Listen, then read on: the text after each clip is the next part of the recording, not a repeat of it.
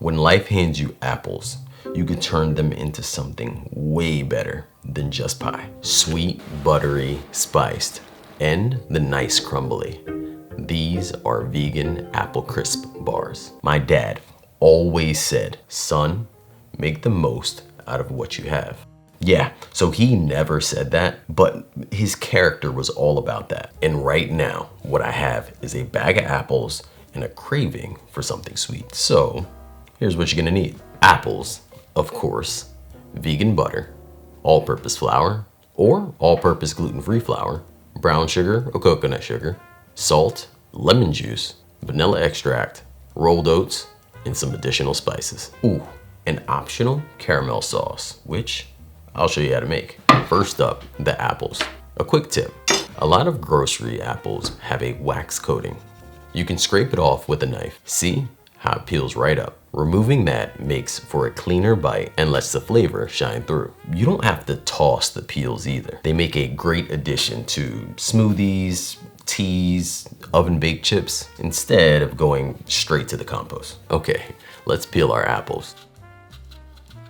Switching to the non-vegetable cutting board if needed. You don't want onion scented apples like I almost did. From here, you could chop them thinly with a knife, or for a more uniform slice and quicker method, use a mandolin, which is just perfect. Use a mandolin slowly,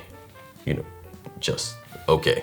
With our apples prepped and set aside, let's move on to the crust. In a medium bowl, add vegan butter, flour, brown sugar, and salt. Then with a spatula, you can give it a good mix. But honestly, if you have it, a hand mixer makes this way easier. You're gonna keep mixing, looking for a crumbly texture that presses together when squeezed. With that mixture ready, line an 8x8 pan with parchment. You can use a 9x9, but the bars will be slightly thinner, which also means a little quicker cooking time. With your pan ready, dump the crust in and press it evenly throughout the bottom. You can use a glass or even a spatula. I just found it easier to do with my hand. At the end of it all, you really just want to make sure it's firm and level. From here, we're going to drag it over to the oven and bake at 350 degrees Fahrenheit for about 11 to 12 minutes. All right, let's talk swaps. For apples, firm and tart is what you're looking for. I'd stick with Granny Smith, Honeycrisp, Pink Lady. For the crust, you can swap for spelt, whole wheat flour, or all-purpose gluten-free flour, which will give you a more nuttier flavor, but a slightly drier version too. Oh, your gluten-free all-purpose flour doesn't need to have anything special in it. This is a shortbread crust, so there's no rise that we're looking for. Now, with our crust in the oven, let's get started on the filling. In a pot or a high-walled skillet, melt a few tablespoons of vegan butter over medium heat. Add in the apples, sprinkle the flour, the water, the lemon juice, and the brown sugar. From here, don't forget to sprinkle in your cinnamon, salt, and cardamom. Give this a stir and stay close while you let it cook for about 5 to 7 minutes until the apples soften slightly and the mixture is gonna slightly thicken. Once this is ready, set it off to the side and don't forget to go check on your crust. That should come in pretty golden, crisp edges, and ready for the next step. Oh, and before I forget, don't forget to add in a little bit of that vanilla extract to your apple mixture. Adding in here will reduce the amount of evaporation that will occur, leaving the vanilla taste fairly prominent. Last step before we assemble this, the topping. To get this started and keep your dishes low, reuse that same bowl that you made the crust in. Add in your brown sugar, flour, oats, cinnamon, vegan butter, and then a pinch of nutmeg and allspice. Cut everything together with a fork until it's crumbly with no dry patches of flour left. We're gonna zoom in here and show you that it should look like this at the end. As a parent, my recipe rating system is pretty simple. First, would my kids actually eat this without acting like I'm trying to poison them? Second, is the recipe actually healthy? Or can I squint my eyes hard enough to convince myself that it is? Third, the real test. If I have to step away mid-recipe to play therapist for The latest sibling brawl about, I don't know, borrowed t-shirts. Will the recipe be ruined by the time I get back in the kitchen? Happy to report this passed all three, and it's my t-shirt now. Well, it's more like a crop top.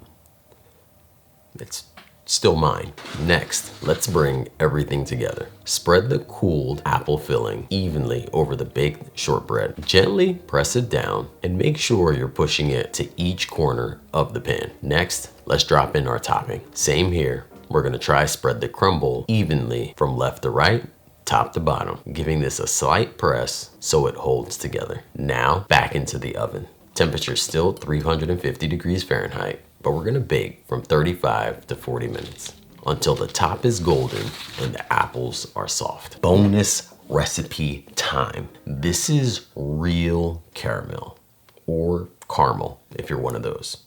Not judging. I made date caramel, which I'll link if you want to figure out how to do that. But what I'm about to show you is vegan caramel sauce. Dairy-free caramel. 2 ways. Let's go. First up is going to be our light caramel.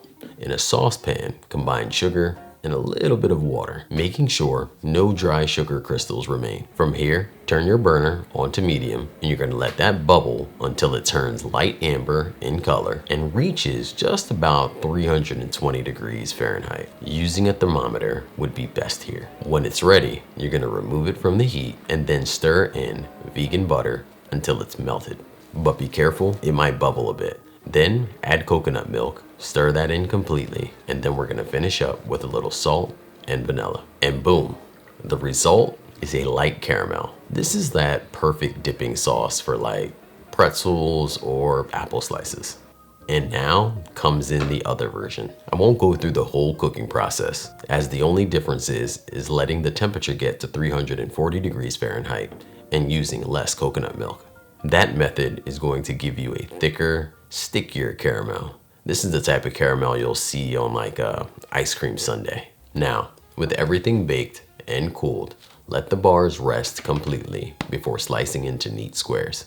Serve as is or drizzle with that caramel and maybe even a sprinkle of flaky salt. And if you're getting real extra, these pair perfectly with vegan vanilla ice cream. And that's how you make vegan apple crisp bars. That sweet, buttery crust, warm, spiced apples, and delectable, chewy, crumbly topping. Make a batch for the family, co-workers, friends, and this treat will be the talk of the gathering. And yes, you'll need to make them like every gathering from now on. So, pick your fate. This full recipe can be found linked in the description, or you can head right on over to my website, makeitdairyfree.com. Thank you so much for watching. I appreciate you.